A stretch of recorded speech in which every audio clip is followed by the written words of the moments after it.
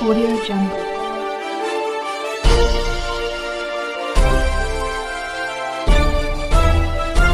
Audio Jungle. CRS news में आपका हार्दिक स्वागत व अभिनंदन है। मैं हूं राजेश जायसवाल।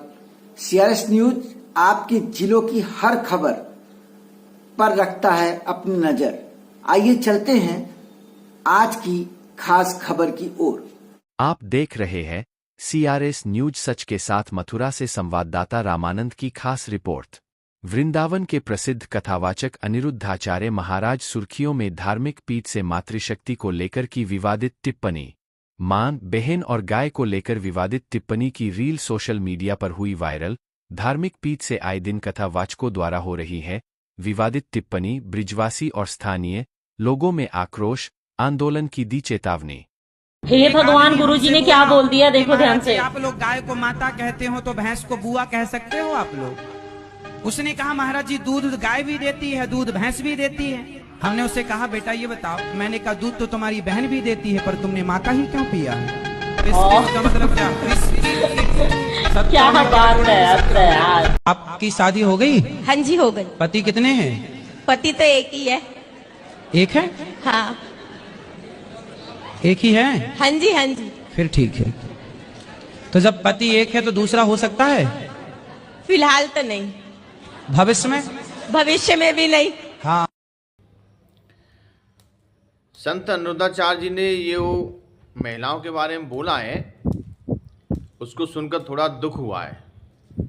ऐसे संत यदि महिलाओं के बारे में इस प्रकार का भाव रखेंगे तो सनातन हिंदू क्या सोचेंगे। उन्होंने एक वीडियो में कहा है कि तुम्हारे पति कितने, ये एक महिला से पूछ रहे हैं।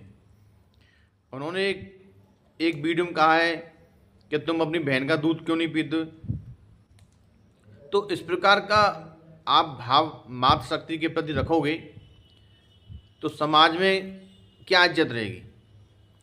तो मैं तो यही कहना चाहता हूँ अनिरुद्धाचार्य जी से कि आप मातृशक्ति से माफ़ी मांगिए, क्योंकि यदि आप जैसे संत इस प्रकार का भाव रखेंगे तो सनातन हिंदुओं के मन को बहुत ठेस पहुंचेगी। आप वृंदावन के क्या विश्व के जाने माने कथा व्यास हैं और आपको ज्ञान भी बहुत है, लेकिन इस प्रकार की हल्की बात करना, ओछी बात करना, ये बहुत चिंता का विषय है।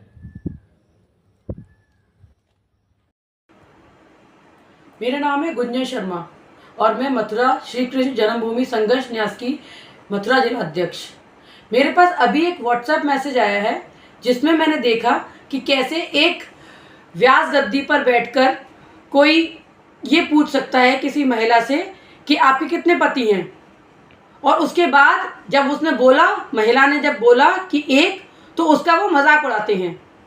अनिरुद्धाचार्य जी का ये जो वीडियो मुझे अभी मिला है, मेरी समझ में नहीं आ रहा है। इन धर्म गुरुओं को के नाम पर किसी को भी हम व्यास गद्दी पर बैठा रहे हैं और इनको ये नहीं पता कि क्या बोल रहे हैं। आप सनातनी होकर अगर किसी महिला से उसके पतियों की गिनती पूछ रहे हैं, उसके बाद आप इसके बाद भी आपको अपने आप पर शर्म नहीं आती, कोई लज्जा नहीं है आपके अंदर, और आप फिर पूछते हैं कि क्या और ज़्यादा होने की संभावना है, क्या भविष्य में और ज़्यादा हो सकते हैं। मेरे को समझ नहीं आता कि ये कहाँ से उनकी मानसिकता ऐसी हो रही है कि आप सनातनी होकर कोई भी कुछ भी बोल दे रहा है, वो नहीं समझ पा रहा कि वो कहाँ बैठा है। उसके जो अनुयायी हैं वो क्या समझेंगे, क्या सोचेंगे। क्या हमारी संस्कृति और सभ्यता हमें ये बताती है कि हमारे 4 पति होने चाहिए?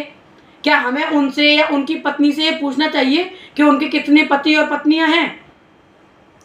मैं आप सभी से हाथ जोड़कर प्रार्थना करती हूँ कि ऐसे पाखंडी गुरुओं का साथ छोड़िए, अपने घर में बैठिए, अपने ग्रंथों को पढ़िए, उनके बारे में जानिए और अपने सभी जो कार्य हैं वो स्वयं अपनी इच्छा से करिए। इनसे कोई पूछने की, इनकी सलाह मानने की कोई आवश्यकता नहीं है।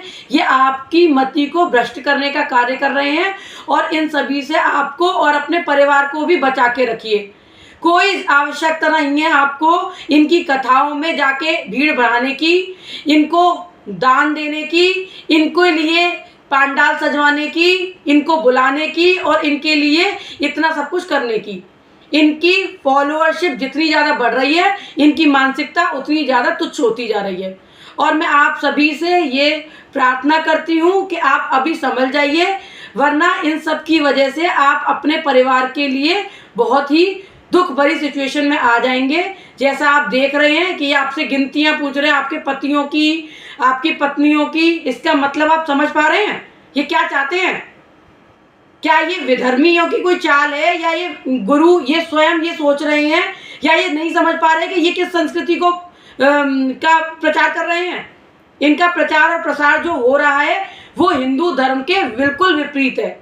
आप इस बात को समझिए और इन धर्म गुरुओं को जितना हो सके इन सब से अपने आप को दूर रखिए। धन्यवाद।